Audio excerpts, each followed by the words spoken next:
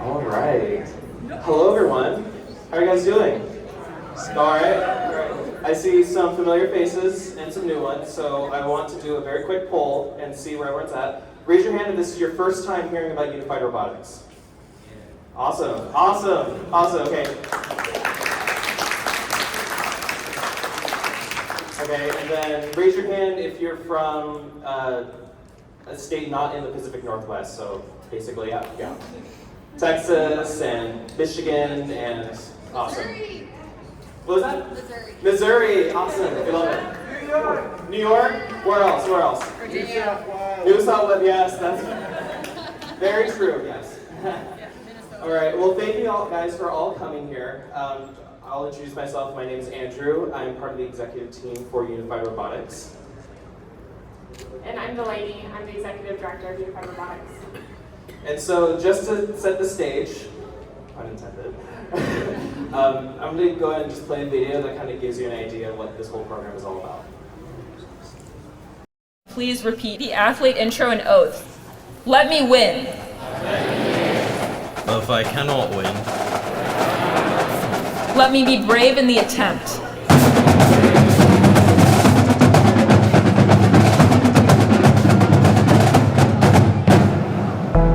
We have all these teams from different schools. Every team is going to have their robot, and they're going to compete against another robot in a ring. Regardless of what happens at the competition, people should be proud of it. But everybody has preconceived ideas, stereotypes, prejudices, and so I think that they go into the program thinking that that population of students that they're going to work with special needs, they're different than them, and that gets broken. We ended up losing in competition, but success wasn't just about building a robot and going to the competition. It was about everything that happened from the start of the season to that end. but I am happy about how well we did. Building with other people and seeing your ideas come to fruition. I have a hard time making friends. I have a lot of anxiety to meet new people and actually step up, but I got a lot better.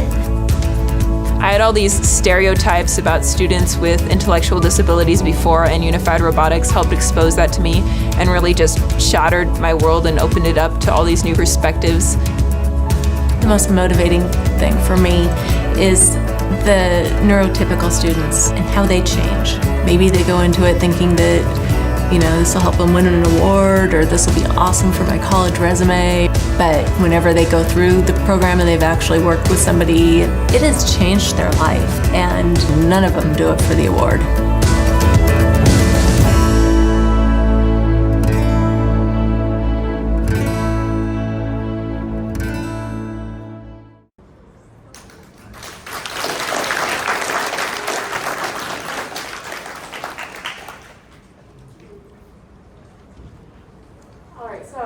As you saw from the video, Unified Robotics is an after-school program that brings robotics to students in special education in an inclusive manner. The students that are interested in STEM partner with students with intellectual and developmental disabilities to build, program, and compete a robot in a unique game. Unified Robotics is an independent nonprofit organization that was started out in Seattle, Washington in 2015 and has now grown across the states and even internationally, all the way to Australia. And then Unified Robotics season happens in the fall. It starts in September with a virtual global kickoff. During this kickoff is when we announce what the new game is for that year. And then after the kickoff, teams, about 2 to 4 students per team, will then work together to build and program a Lego Spike Prime or Lego EV3 robot. And then once they have built the robot for that season's game, the season concludes in a championship. That is a celebration for all of the hard work that they did. So it is modeled very similar to FIRST programs in terms of having a kickoff, a build season, and ending in a championship. We do want to announce our goal. This is more of a long-term goal, not in the near future, but we are hoping to eventually get to have an international championship. And so that is why we're here talking to all of you from all around the world here today. And just being able to unite all of the teams. If you've previously done Unified Robotics, if you're currently doing Unified Robotics, if you are wanting to start Unified Robotics, eventually we all be able to come together, playing the same game, having the same season. And so some of you may have known, depending on how long you've been doing Unified Robotics, back when we started the first few years, we called it the sumo robot game. And so it was two robots in a ring, one trying to push the other outside of the ring. But we have, as we've grown the organization, we now partner with Team Disabilities in Australia to help come up with new games for every year. And so this is something, as I mentioned, that's announced in the kickoff. And so last year's game was the first year we've had a themed game, and it was a ton of fun. This game was called Buccaneers, and it was pirate themed. And so you can see there was 2 islands, and the robots got to shoot cannonballs into the other islands and collect treasure. So that was a lot of fun. And so kind of in terms of having the goal of an international kickoff, to be able to get all of the teams to play the same game. So now I want to kind of talk about how you're able to get this started in your area. And honestly, it's not that hard, especially when we are giving you the game rules and all the material and the steps that you need to build it. It's really just kind of a plug and play thing that you can do during the fall. So just get some definitions through. What we would call a new area would be a region. And so that could be a state, a district, a county, or a country, like in Australia, that has one or more schools or organizations, so you don't have to be a school to participate in Unified Robotics as well, in the program. So the first step is to designate a regional director, and that is basically just an adult that represents your region.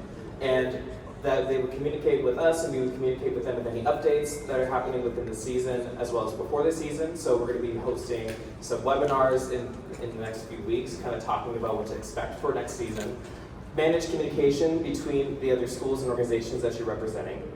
And then also, while we do a global kickoff, if you want to host kind of like a watch party together for the kickoff, you're more than welcome to do that, as well as host the regional championship events. And this could be as small as within your school commons area, or that could be as large as in the gym or in a whole new venue.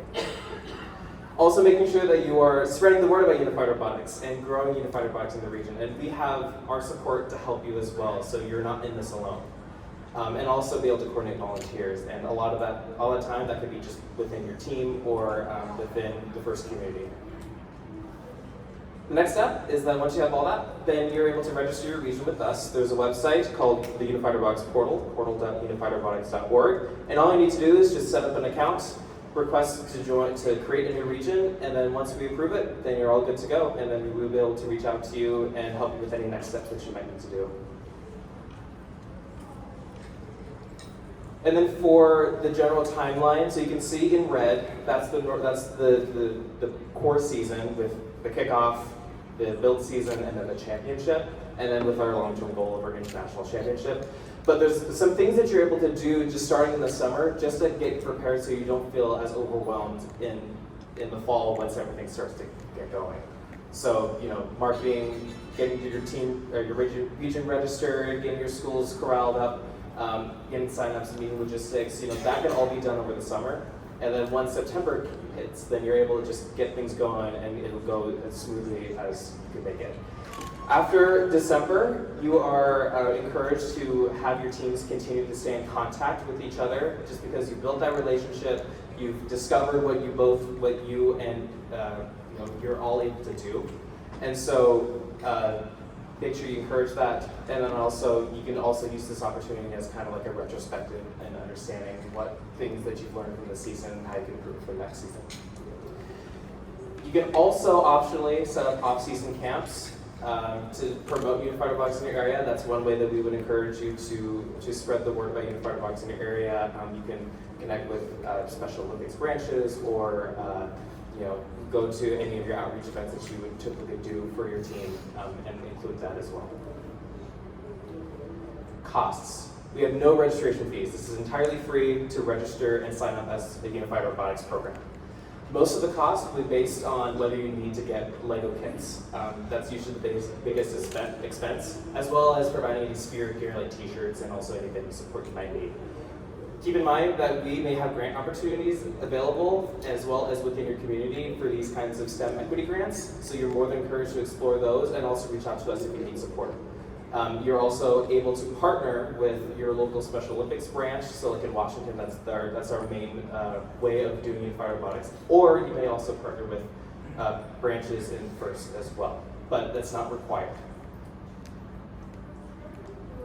We have a guidebook to help you get started. All you need to do is just go to that link, unifiedrobotics.org/guidebooks, fill out the form so that we can get your info, and then you're able to download and take a look through all of the information that you might need based on what was discussed in the presentation as well.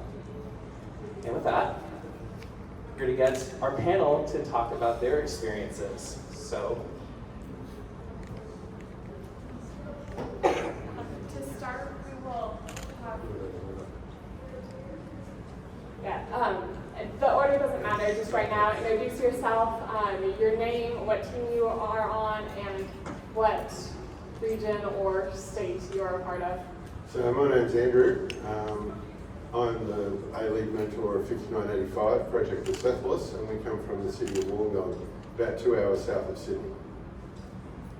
Hey, I'm William. I'm a team member on 5985 Project Disabilities, and come from Wollongong. I'm Kurt Anderson. I am on team FRC 4674 from Bemidji, Minnesota. I'm Akash. I'm on FRC 4131. We're in the greater Seattle area in Washington State. I'm Rachel. I'm also on team 4131, and I'm from Washington. I'm Christina Saliba, and I'm on team 2521 South Eugene Robotics team. We're in the Willamette area in Oregon. I'm Emma. I am also on the South Eugene Robotics team in Eugene, Oregon area. And I'm Annie Galaxy. I am a parent of members of 2521 South Eugene Robotics team, and I am a doctoral student that did a dissertation that involved Unified Robotics. Awesome. Okay, to get started, you can pass the mic to Kirk, and he's the first one. So yeah, we'll be doing a Q&A with this panel. And so to kick off, Kirk, can you tell us about your first year in starting Unified Robotics in Minnesota? How did it go, and what were some highlights? Well, first of all, just to echo, it is incredibly easy to get going and get organized. Andrew and Billy have done a phenomenal job just making the registration process and getting it going. So that was, for somebody who is as disorganized as I am, was wonderful, because I have a lot of things going on. Yeah, it was great. I guess I could just share stories, but I immediately had kids interested, getting teachers. One of the really interesting things that I ran into was that there's people saying, well, I don't know if my student can do this. Trying to find somebody, I don't know if they have the ability. It's like, yes, they do.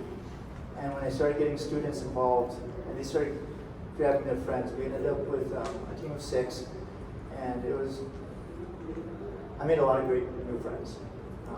And to give the opportunity to students who wouldn't normally have the opportunity to participate in robotics. I remember the first meeting we had, one of my students, Harley, we were kind of explaining what's going on. He's asking, what's this like? I said, well, I don't really know. We're doing this for the first time. And he looks at me, and he said, oh, so we're making history. And to give somebody that opportunity just was, meant the world to me, that I could be part of that. And so, we ran a small competition. It was just, we had 2 teams at our school. We had 2 teams in Red Lake High School. That actually the coach for Red Lake is here as well. So we hosted the first event up there, and had parents coming up. Community support was phenomenal.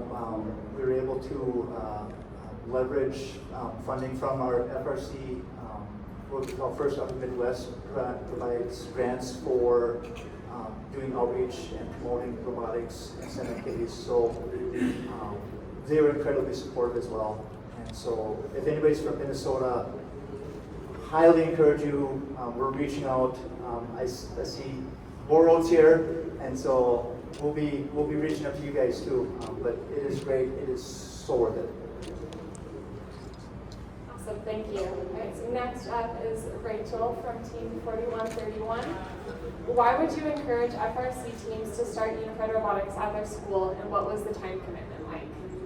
Yeah, so for me, what I really enjoyed about the Unified Robotics was not this, to see my teammate's face light up when he first started building the robot, or first started coding it. It was also the personal growth I saw in myself, working with a teammate in building this robot, even if it was just an FLL-style robot.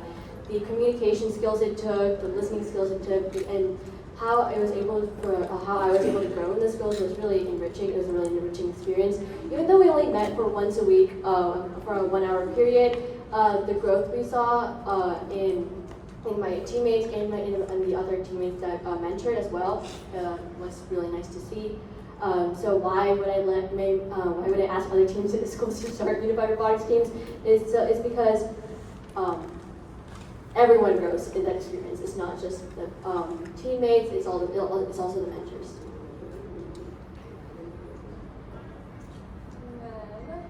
Next is Akash, also from Team 4131. What personal attributes or skills do you think you developed by being a teammate on Unified Robotics? How do you think that those skills will help you in the future? Yeah, I will say that I think the first thing that you have to learn is to be patient and to look at things from a different perspective. For example, one of the friends I was working with, she was really shy at the start, and so I kind of had to take a step back and be like, how do I approach this person who maybe is a bit fearful of me because she hasn't really maybe had good experiences with other students.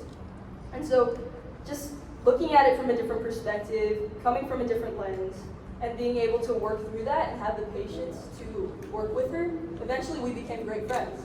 And so I think the biggest part of Unified is learning to accept and work with people that have very different life experiences and very different perspectives from you.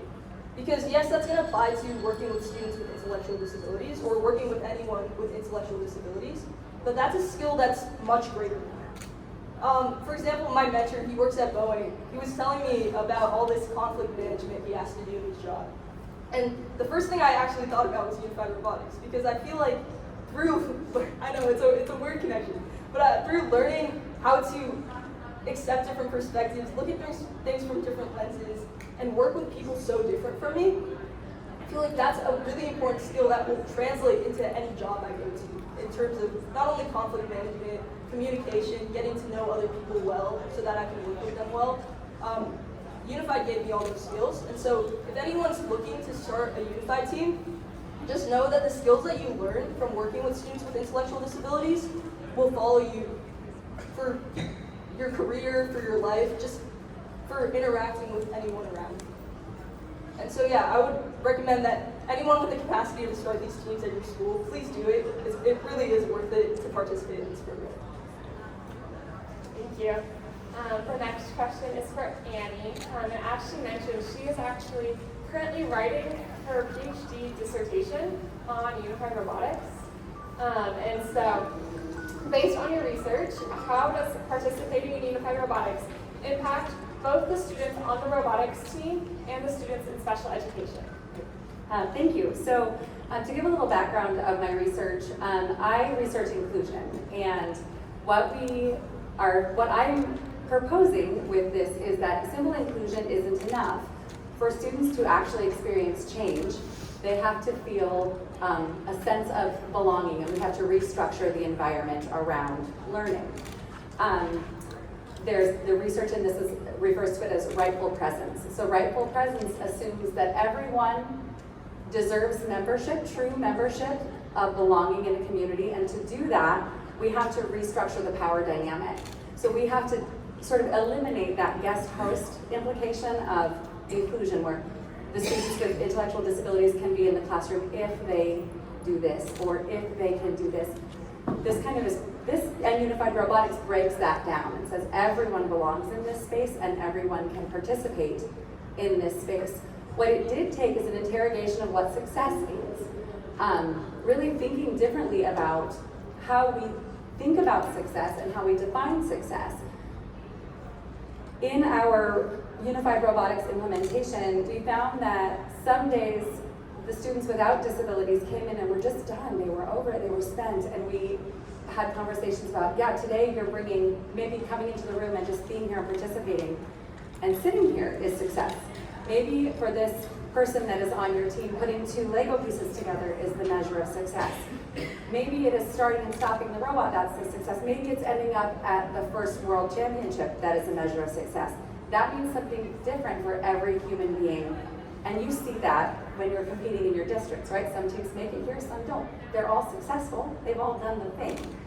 This is sort of just restructuring what that means. So I looked at self-determination values and changes in self-determination values for all students and teachers and their parents before and after participation in Unified Robotics. Looked at changes in competence. Do they feel more competent? Initially I was thinking just more competent in STEM, but it actually ended up being more competent in communication, in being an empathetic partner to all teammates, competence in using different communication systems, and autonomy, my ability to make decisions in each space that I'm in, as well as sense of community and belonging. We know that those 3 things are the factors that people need to be successful, sort of across the spectrum of your life. And people with higher self-determination values experience more fulfillment and more joy, and more belonging, and more success professionally. So Unified Robotics was the implementation because those things are built into this program. It's just a new model of welcoming all human beings into a space. We had 2 schools. One had a great inclusive environment, but had no experience with robotics. The other school had a really strong robotics team, but a really struggling system of inclusion. And in both of those schools, all of the students with disabilities and without, had the same changes happen. Everyone had an increase in all of those things that we were looking for.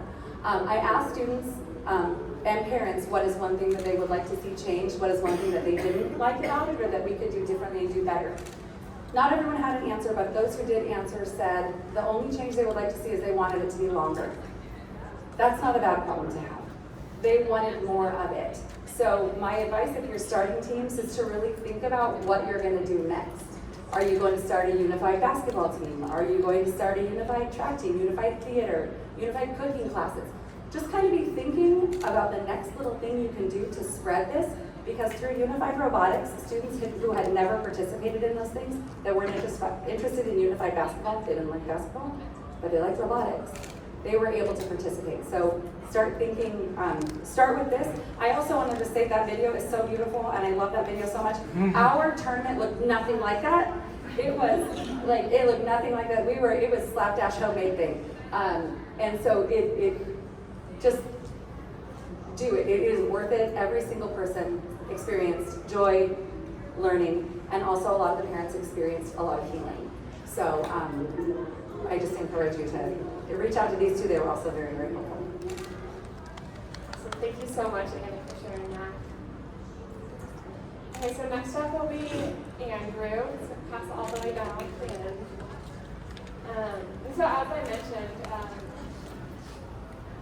Andrew had partnered with Unified Robotics starting at the beginning of the summer, and it was actually their first season, but they just dove heads in and helped us come up with their new game.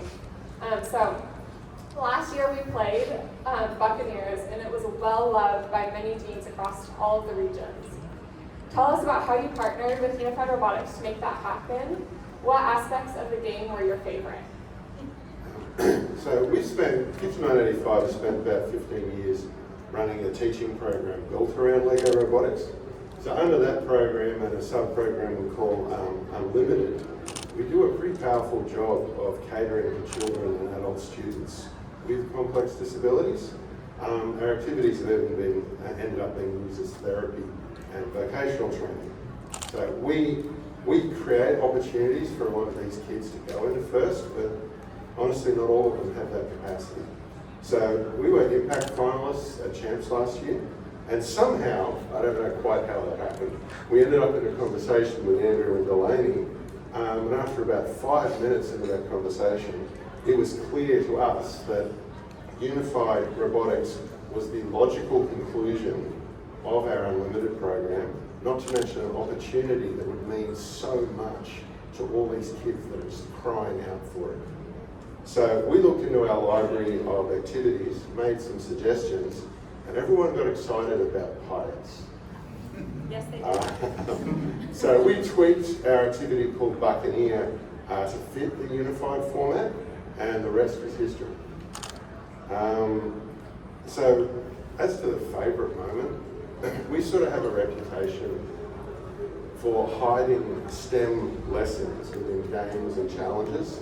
So my favourite part in all of this was seeing the teams get so motivated by the fun and the theme. They were ready to take on advanced programming, stuff that the teachers were telling us at the start, there's no way they could do this. And they could, if they had the motivation. So they took on physics, engineering, programming, because they wanted to, and they were encouraged. And just so you know, I'm allowed to drop in a teaser. We're already at work at this year's game, and it's going to be wacky. It's going to be wacky. Okay, so thank you, Andrew. Next up is William. What was your favorite memory from participating in Unified Robotics? So probably my favorite memory from participating in Unified Robotics was watching the students' motivation and thought process change from the beginning of it, from I can't do this to I want to do more, and watching how they learn that change and watching how that impacted them overall. And also being able to show the students and the kids that there's more to Unified Robotics than just the robots themselves. It's also about the community, about who you meet within that program. Awesome, thank you so much, William. And then finally we will hear from Emma and Christina. What advice do you have for starting Unified Robotics? I'd say I'm mainly just saying this as like this is something that kind of lacked in a little bit, but communication like with your school specifically is really important. Just like getting that word out there, just like really like have them kind of pitch it in their announcements or their social media. It really gets the word out there that something amazing is happening, like right in like one of their classrooms or just the whole thing. Because I feel like our program, it didn't really, when we were doing it, it didn't really get, at least in our school, it didn't get spread out too much. The word of it wasn't super duper out there. Like I didn't see flyers about it. Why the flyers? Why can't people see what's happening?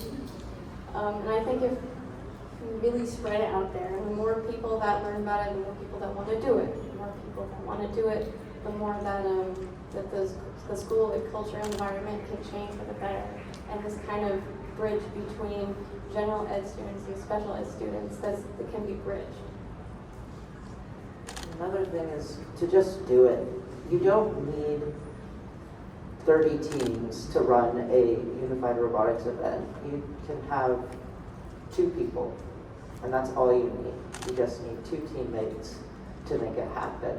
It's all about fun, and it's all about learning. It's just like FIRST, it's not really about playing with robots and having the competitions. It's about the skills you learn and developing teamwork and actually preparing you for the future and giving you opportunities that you wouldn't have if you didn't have Unified Robotics. And this goes for both students with disabilities and also the general teammates, I guess. And lastly, I also, yeah, that's about it, actually. Awesome. Well, can you give this panel a round of applause?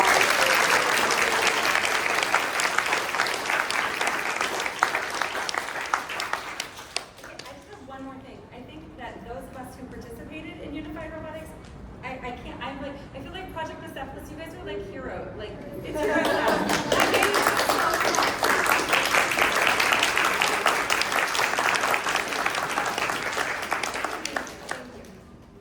Thank you so much. So, as you heard from all of them, Unified Robotics has just been touching students around the world, and it is really cool to see. Andrew and I actually were the founders of Unified Robotics back in 2015, our senior year of high school, and a lot of the things that they were talking about were what we felt when we first participated in Unified Robotics. So to see that like the mission, the goals for Unified Robotics is sustained is just absolutely amazing, and we're so excited to continue to see it grow. And so now we're open the floor to any questions that you all have. Any questions? Yes. So, how many states are you in currently, or like how many teams do you have currently? Yeah, that is a great question. So this past year, we were in an official capacity in Washington, Oregon, Texas, Minnesota, and Australia. So many others. And Oklahoma. No, Ontario. Ontario. And we, there are a lot of regions, I think, that have been doing Unified Robotics, whether it was modeled after our program or just they kind of came up with the idea kind of modeled after Special Olympics unified programs in general. And so we are hoping to kind of get a better idea on who all is doing Unified Robotics, and that's one of the reasons why we're here today, just to try to encourage anyone who is doing Unified Robotics in states to just register through our portal, just so we know that you exist and so that we can help you in any ways that we can. But yeah, so we're slowly expanding. Any other questions? Yes. So I'll comment. We're doing Unified Robotics. We're doing Unified Robotics in Michigan. We started in 2020, which was not the year to start, but 4131 was amazing. They met with us and they gave us all their resources. So if you're thinking about it, they make it so easy. They provide so much information and support, and that was great.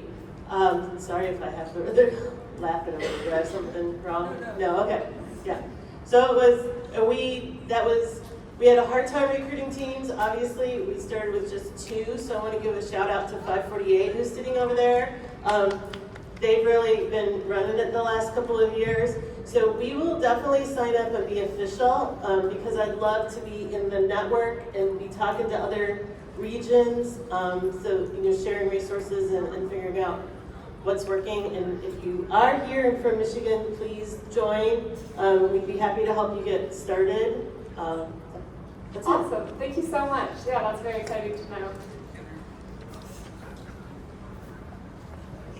So like our friends in Michigan, I've been doing it in Texas since 2017, and we'll have anywhere from 8 to 15 teams depending on the year. We just do it in our school. We have a very large school district. We have yet to be able to push others. There are some other teams in Texas that do it, but we haven't kind of really pushed together. And Texas has First in Texas has kind of adopted and tried to create, it hasn't been terribly successful, but it's been some, but, and we're doing another presentation on Friday. There's 2 questions in the back. Alright, so before we start this initiative, are there ways to see who's interested or to garner interest? Yeah, like within your state? Where are you from? We're from New York, Long Island. Okay. So we were wondering, besides from social media, are there ways to garner interest in your community? Yeah. So I would recommend now in the spring, before all the schools go off to summer break. Usually one of the best ways is just if your school has a special ed director, approaching them and asking them if this is something that they would be interested in, and then usually just working with them. There might be pushback. I will be honest, when we first started the program and we approached our special ed director, they said, oh no, my students are not capable of robotics. And so it takes convincing. You need to kind of be like, oh, we specifically designed this program to reach all ability levels from low support to high support. So I would just recommend doing that to see how many students in the school that might be interested, and then also just approaching if you're on a robotics team. That's kind of the easiest way to find the partners for Unified Robotics. If not, then we recommend going to any of your STEM classes to see if this is something that they would be interested in. Does that answer your question? Have you guys seen an increase in the inclusion of your first team since participating in Unified Robotics, and if so, how? Okay, you're going to give me the one. You guys can answer this question. Okay, so 5985, 70% of our team have a diagnosed disability or disorder. As I mentioned, our program reaches deeply into those areas, and as a result, that's where we come from. So when we do this, the previous person asked about how you get it started. We overcame the pushback, let us go into the school and running a couple of weeks of Lego robotics lessons. Basically proved it could work. Our team is growing more and more into practical inclusion. Then we had, am I allowed to mention the other thing? Yeah. So we actually played starting Unified FPC teams last year, and it worked well. So there is a lot you can do with this.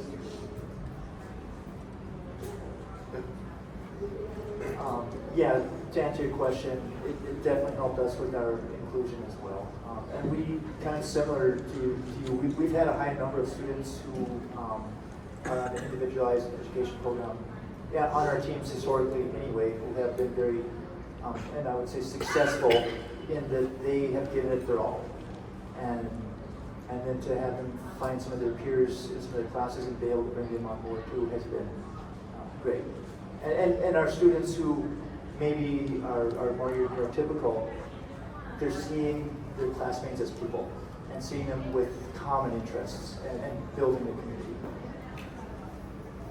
I would have to agree 100% with that. I know, personally, going into Unified, it was like the video said, I was kind of uncomfortable because I hadn't really interacted with students with intellectual disabilities before.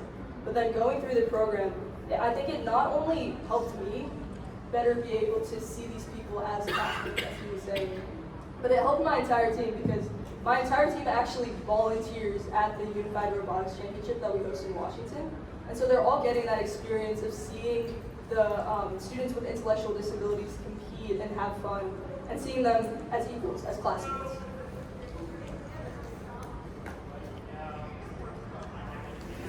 Everybody touch the mic.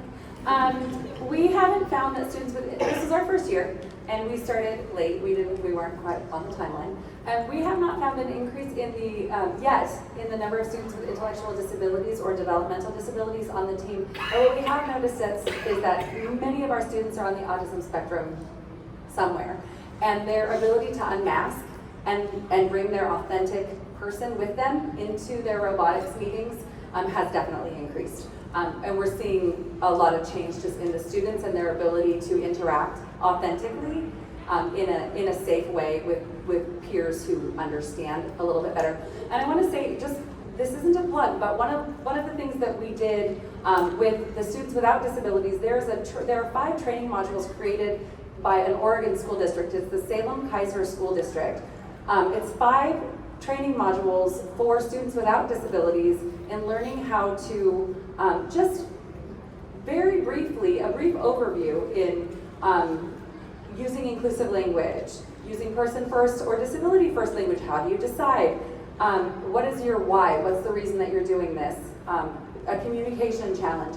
And we did that before we started, and what we found was that the students, it kind of gave them permission to talk about disability in a place where we don't usually talk about disability. We make it very invisible as much as we can, but we were highlighting it, and so said, let's talk about it.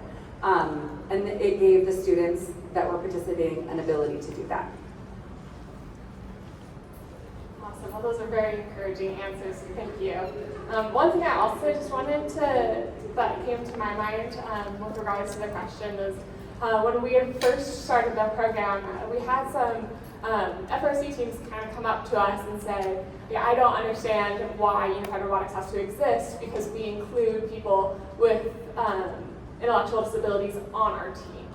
And I mean, my response to that is we applaud you. Like, that is awesome. We want all teams to be inclusive.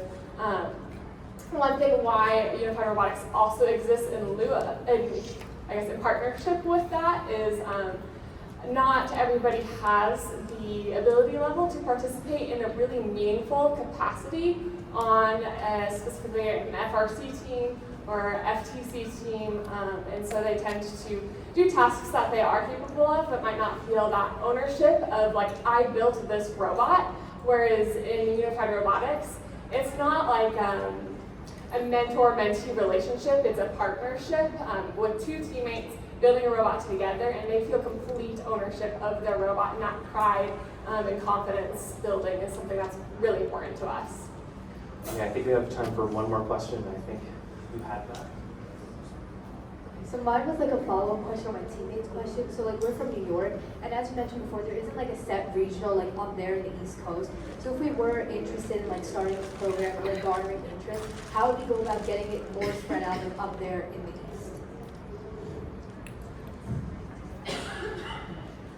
You can answer it.